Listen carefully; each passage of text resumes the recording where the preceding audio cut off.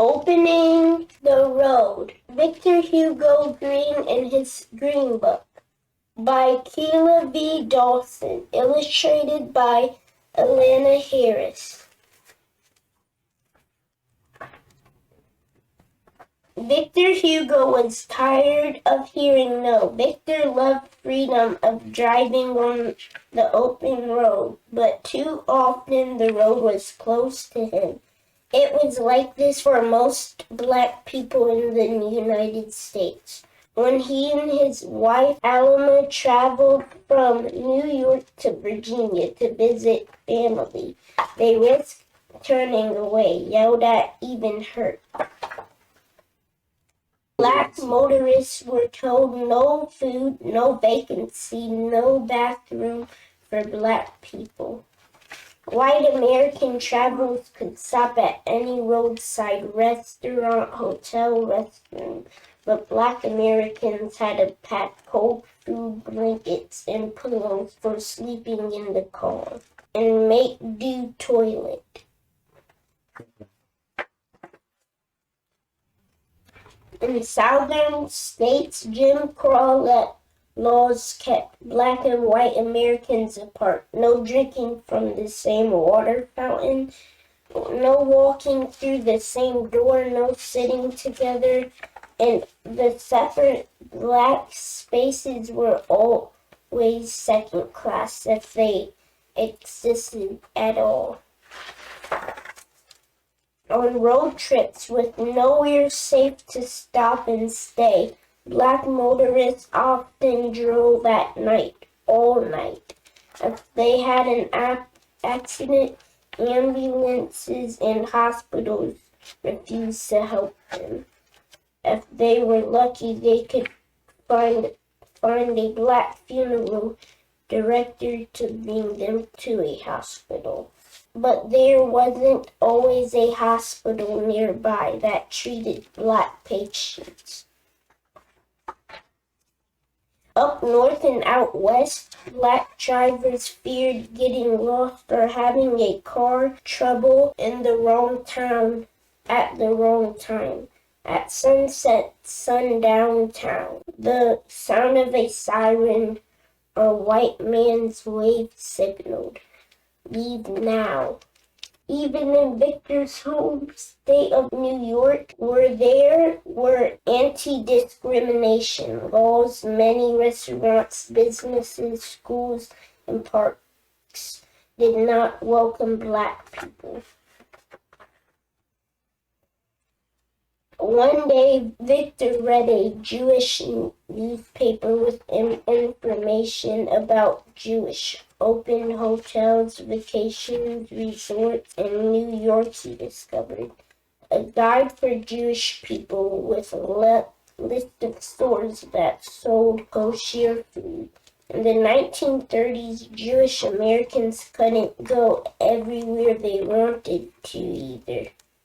This gave Victor an idea. What if he wrote a book with information about where black Americans were safe and welcome? So Victor asked his friends and neighbors in Harlem where they could safely dine, shop, and play in the city. Victor worked as a mail carrier along with his postal route. Victor asked folks about places that were welcoming to black people too. After lugging his heavy mail sack in heat, rain, sleet, or snow all day, Victor worked on the book all night. Sometimes he'd nod off while sorting and compiling his growing list. Victor finished the Motorist Green Book in 1936. It was a 10-page guide filled with safe places and friendly faces for black travelers. In New York the following year, he updated the guide. "Let's all get together and make motoring better," he wrote. With copies in hand, Victor visited black churches and social clubs to persuade the New Yorkers to buy his book. It sold like hotcakes. Customers called it the Green Book and begged Victor to include other states in his guide. So Victor wrote letters asking mail carriers all the country for names and addresses of places that welcomed black customers. A reply poured in. Victor and Alma worked together to expand the guide. 2 years later, the Green Book more than doubled in size to 28 pages. With Victor's Green Book, black travelers knew where to go and who to trust. Hungry? Check the Green Book. Tired? Check the Green Book. Sick? Check the Green Book. To keep the guide current, Victor asked readers for recommendations. He hired sales agents to find black-owned businesses to add. News about the guide mostly spread by word of mouth, and then in 1940, Victor happily announced that the U.S. government named it an official travel guide. When a natural chain of gas stations started selling the Green Book, travelers filling their tanks were happy to find the helpful guide. The Green Book flew off the shelf. In cities with no hotels willing to rent to black people, some black females entrepreneurs rented out rooms in their homes. Tourists showed up at all hours of the day or night on strangers' doorsteps, but with the Green Book, they knew where they were arriving somewhere safe. Carry your Green Book with you, Victor urged. You may need it. The Green Book became more than a travel guide. It also helped readers learn about black achievements and black history. The guide steered families toward cities. With driving black communities, it lists colleges that accept black students. Even famous black singers, musicians, movie stars, and athletes use the Green Book. More than 2 million copies of the Green Book were sold. It made possible for black families to enjoy vacations. They went hiking in the mountains, swimming on the seashore, and horseback riding in the countryside at business run by black owners.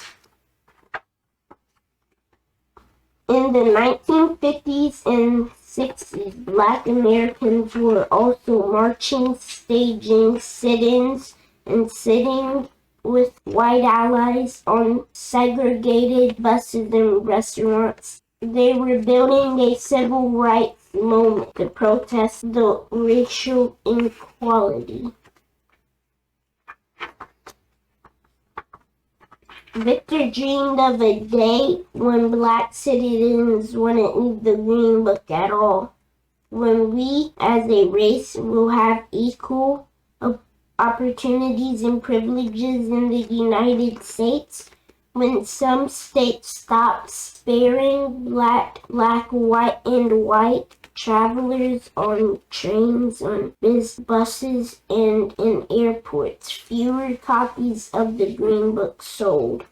In 1965, the United States Congress passed a law that made separating people by race illegal.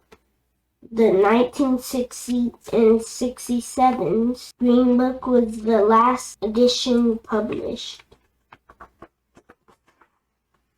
The fight against racism still had and still has a long way to go. But now there was no legal segregation, no legal discrimination, no Green Book for black people, just like Victor dreamed.